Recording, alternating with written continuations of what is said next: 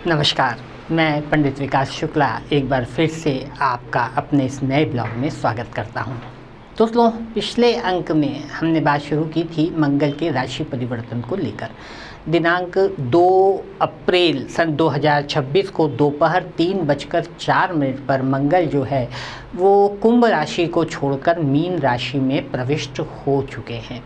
Mean जो है वो एक जल तत्व की राशि है और यहाँ पर पूर्व से ही एक वायु तत्व का ग्रह शनि विराजमान है और अब अग्नि तत्व के ग्रह मंगल का इस राशि पे संचरण हो रहा है।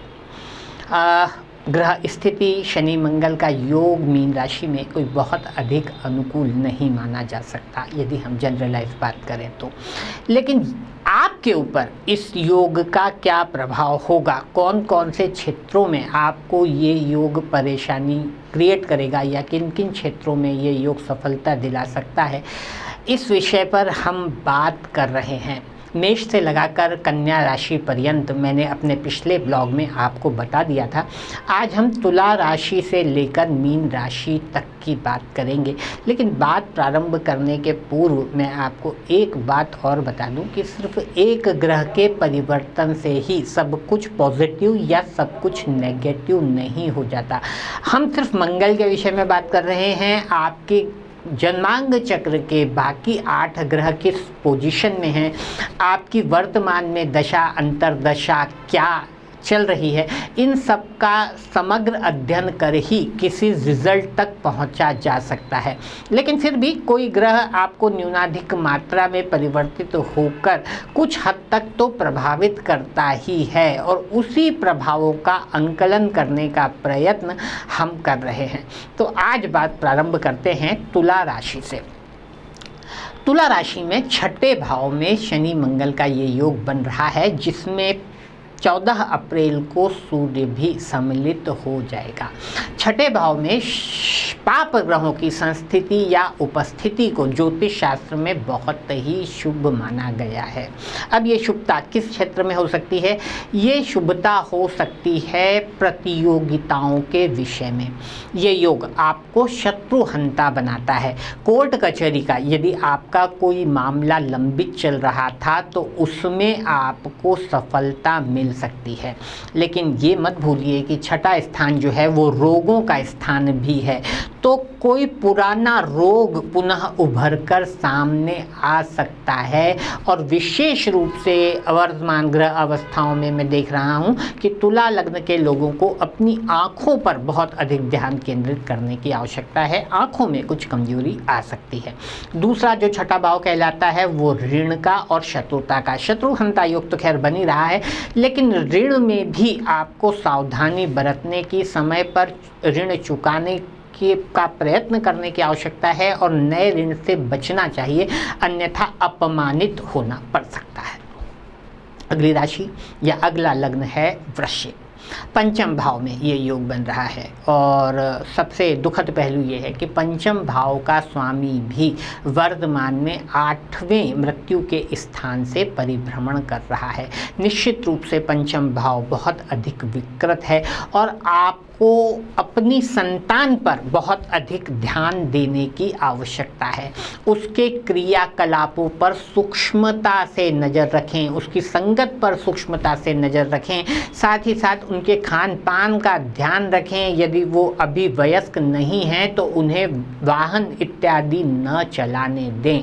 यदि आपकी राशि या आपका लग्न वृश्चिक है तो विद्यार्थियों का भी मन जो है वो भ्रमित होने की संभावना बन रही है। शेयर मार्केट, लॉटरी, सट्टे इत्यादि से तेजी मंदी का कोई भी कार्य हो, यदि वो फिजिकल नहीं है अर्थात आप सिर्फ कंप्यूटर इत्यादि पर ही कर रहे हैं, तो ऐसे कार्यों से हाथ जोड़ लें। किसी भी तरह के लॉटरी सट्टे में वर्तमान में न उलझें, वही आपके लिए श्रेयस्कर रहेगा। अगली राशि या अगला लग्न जो है वो है धनु।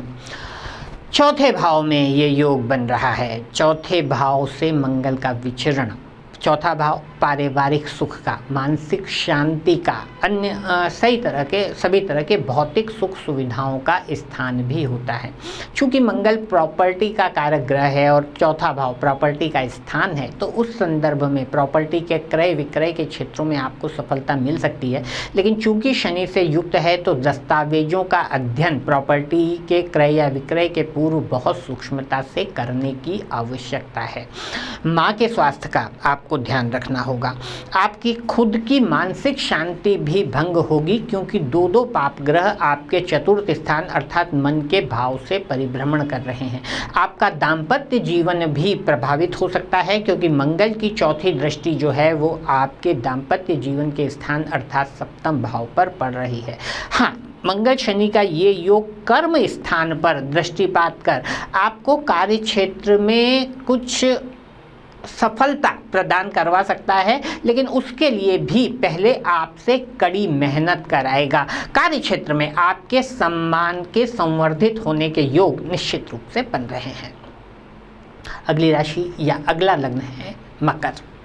तीसरे भाव में ये योग बन रहा है। 3, 6, 11 में पाप ग्रहों की संस्थिति को सदैव ही शुभ माना जाता है। शनि आपके लग्नेश होकर तृतीय भाव से विचरण कर रहे हैं, लेकिन मंगल जो है वो आपकी कुंडली में लाभ स्थान के स्वामी बनते हैं। तो लाभेश और लग्नेश का संबंध आर्थिक रूप से आपको मजबूती प्रदान करता हुआ नजर आ रहा है। आपके पराक्रम में वृद्धि होगी, आपका शौर्य बढ़ेगा, आप रिस्क लेने से बिल्कुल भी नहीं हिचकिचाएंगे। लेकिन मैं बार बार कह रहा हूँ कि पाप ग्रहों का प्रभाव यदि शुभ भी है, कि ऐसी जगह भी पाप ग्रह बैठा है जहाँ पर वो शुभ प्रभाव देने में सक्षम है, लेकिन वहाँ भी वो उस भाव से संबंधित जो रिश्ते हैं उनमें कुछ ना कुछ नकारात्मकता अवश्य देता है।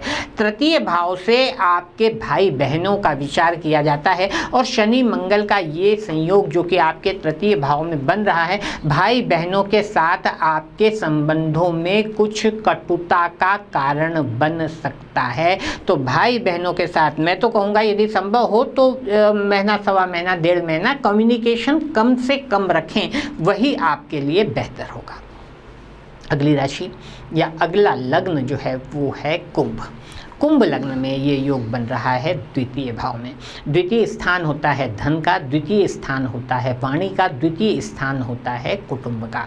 जहाँ तक धन की बात है तो मंगल जो है वो शनि के साथ संयुक्त होकर आपके, क्योंकि शनि लग्नेश है, धन में तो कोई विशेष नुकसान पहुंचाता मुझे नहीं परिलक्षित हो रहा, लेकिन आपकी वाणी में इस संयोग के कारण कटुता उत्पन्न हो सकती है। तो वाणी में संयम बरतने की बहुत अधिक आवश्यकता है।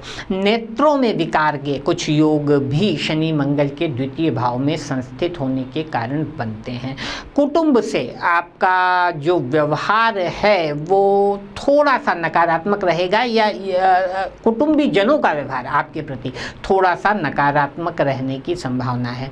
लेकिन ये स्थान जो है वो चतुर्थ का लाभ स्थान भी है, और मंगल जो है वो अचल संपदाओं का कारक ग्रह है। तो यदि प्रॉपर्टी के क्रय विक्रय की कोई योजना आप बना रहे थे तो उसमें आपको सफलता मिल सकती है। और अब अंतिम राशि या अंतिम लग्न जो है वो है मीन। मीन राशि में मंगल जो है वो भाग्य भाव का स्वामी बनता है। भाग्येश का लग्न में आना सदैव ही बहुत ही शुभ माना जाता है। 15 तारीख के बाद सूर्य भी आपके लग्न स्थान पर विचरण कर जाएंगे, जो कि वहाँ पर दिग्बली होंगे।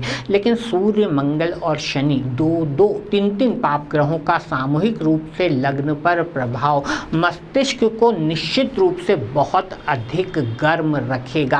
अपने आप को शांत रखने की, धैर्य बनाए रखने की बहुत आवश्यकता है। सबसे ज़्यादा नकारात्मक प्रभाव जो मैं दिख रहा हूँ वो पड़ेगा आपके गृहस्थ और पारिवारिक जीवन पर, आपकी मानसिक शांति पर। चौथा भाव आपका प्रभावित हो रहा है, लग्न आपका प्रभावित हो रहा है और सप्तम भाव आपका प्रभावित हो रहा है। तो मानसिक शांति बनाए रखने का, मौन धारण कर रखने का प्रयत्न करें।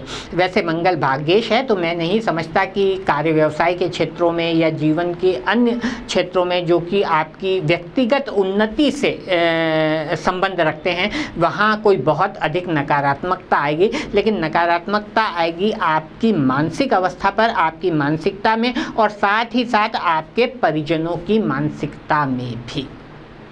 दोस्तों, मंगल के राशि परिवर्तन के बारे में आज हमने बात की। कल एक नया विषय लेंगे। तब तक के लिए नमस्कार।